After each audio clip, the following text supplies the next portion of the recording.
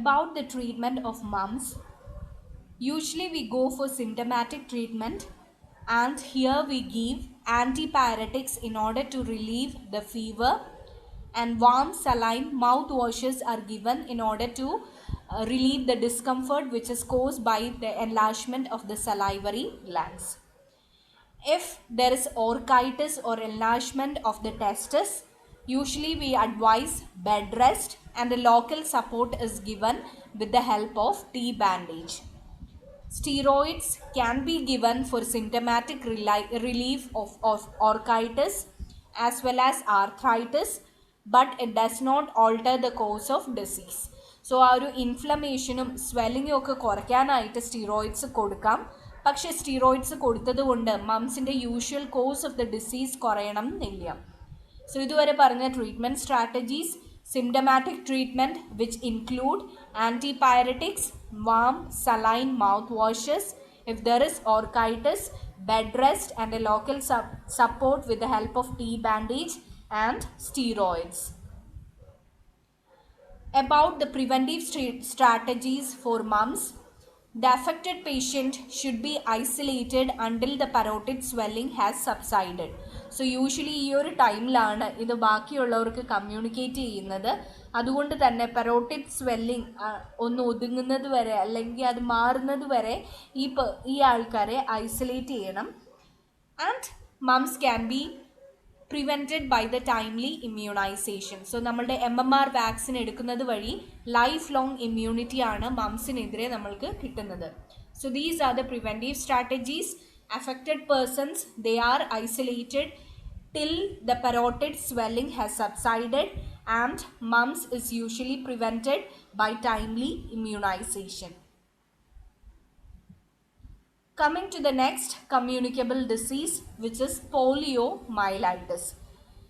So the polio virus, they belong to the genus Enterovirus in the family Picornaviridae and comprise of 3 related serotypes, that is type 1, 2 and 3, of all of which can cause paralysis.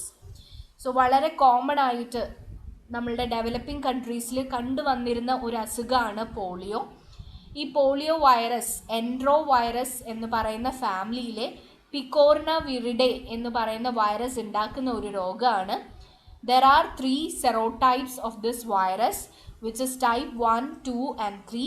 ഈ 3 വൈറസിനും paralysis ഉണ്ടാക്കാനുള്ള capacity ഉണ്ട്. Type 1 is the most frequently responsible and type 3 is the less commonly. So ഏറ്റവും common ആയിട്ട് polio ഉണ്ടാക്കുന്ന virus type 1 of Picornaviridae polio virus ആണ്. And the most rarely affected is type 3.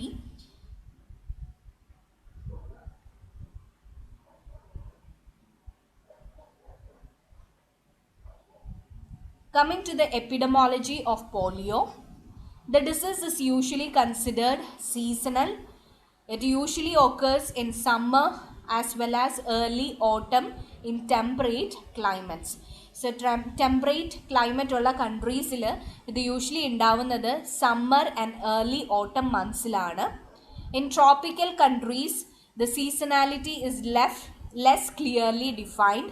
Some areas experience an increase in incidence during the rainy season. So tropical countries exactly ഈ ഒരു seasonal nature of the disease ഇല്ല. എന്നിരുന്നാലും rainy സീസണിലാണ് കൂടുതലായിട്ടും ഈ ഒരു അസുഖം കണ്ടുവരുന്നത്. So the mode of transmission is faeco oral route and that usually occurs in developing countries due to few reasons, which is poor sanitation.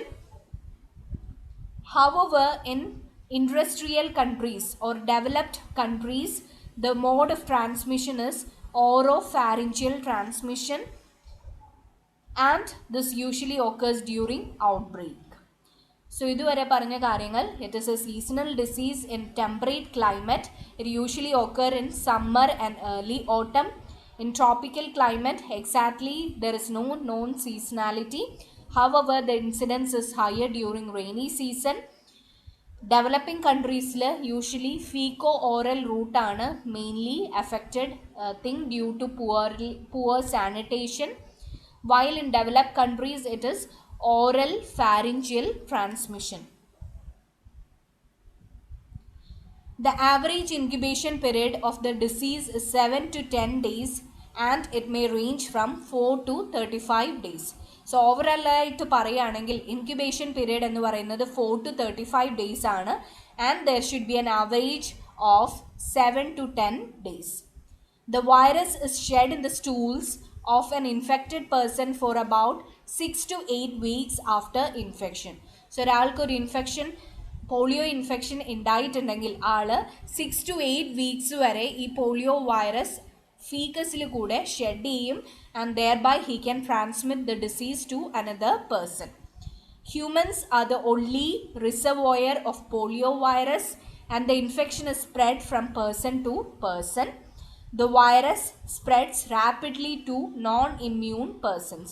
So ഒന്നെങ്കിൽ immuno compromised ആയിട്ടുള്ള ആൾക്കാർ അല്ലെങ്കിൽ പ്രോപ്പറായിട്ട് ഇമ്മ്യൂണൈസേഷൻ കിട്ടാത്ത ആൾക്കാരാണെങ്കിൽ അവർക്ക് അസുഖം വരാനുള്ള സാധ്യത വളരെ കൂടുതലാണ്. And the only non reservoir of polio virus is humans.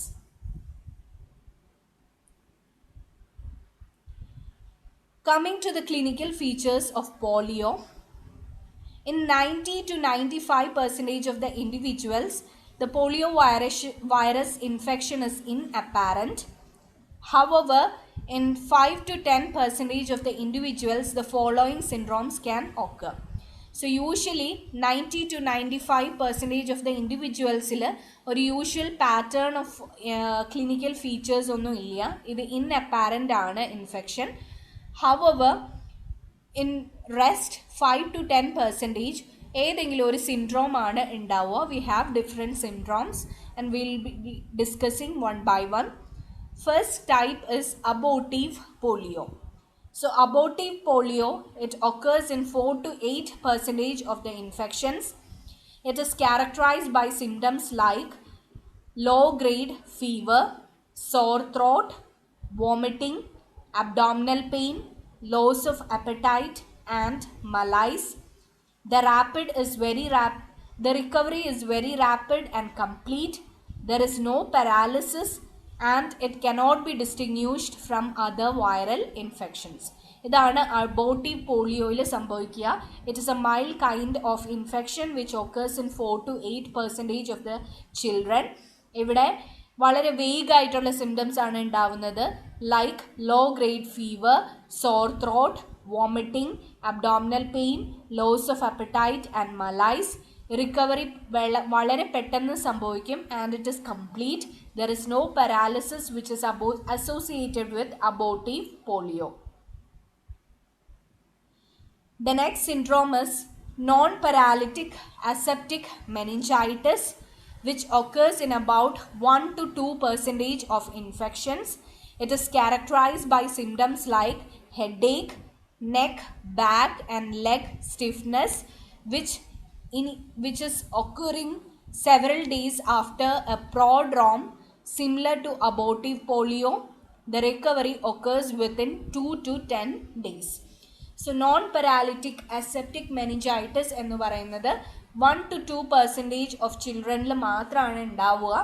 Here there is a prodrome syndrome which is just like abortive polio. So abortive polioയിൽ ഉണ്ടാവുന്ന സിംറ്റംസ് പോലെ ഒരു ഇനീഷ്യൽ ഫേസ് ഉണ്ട്.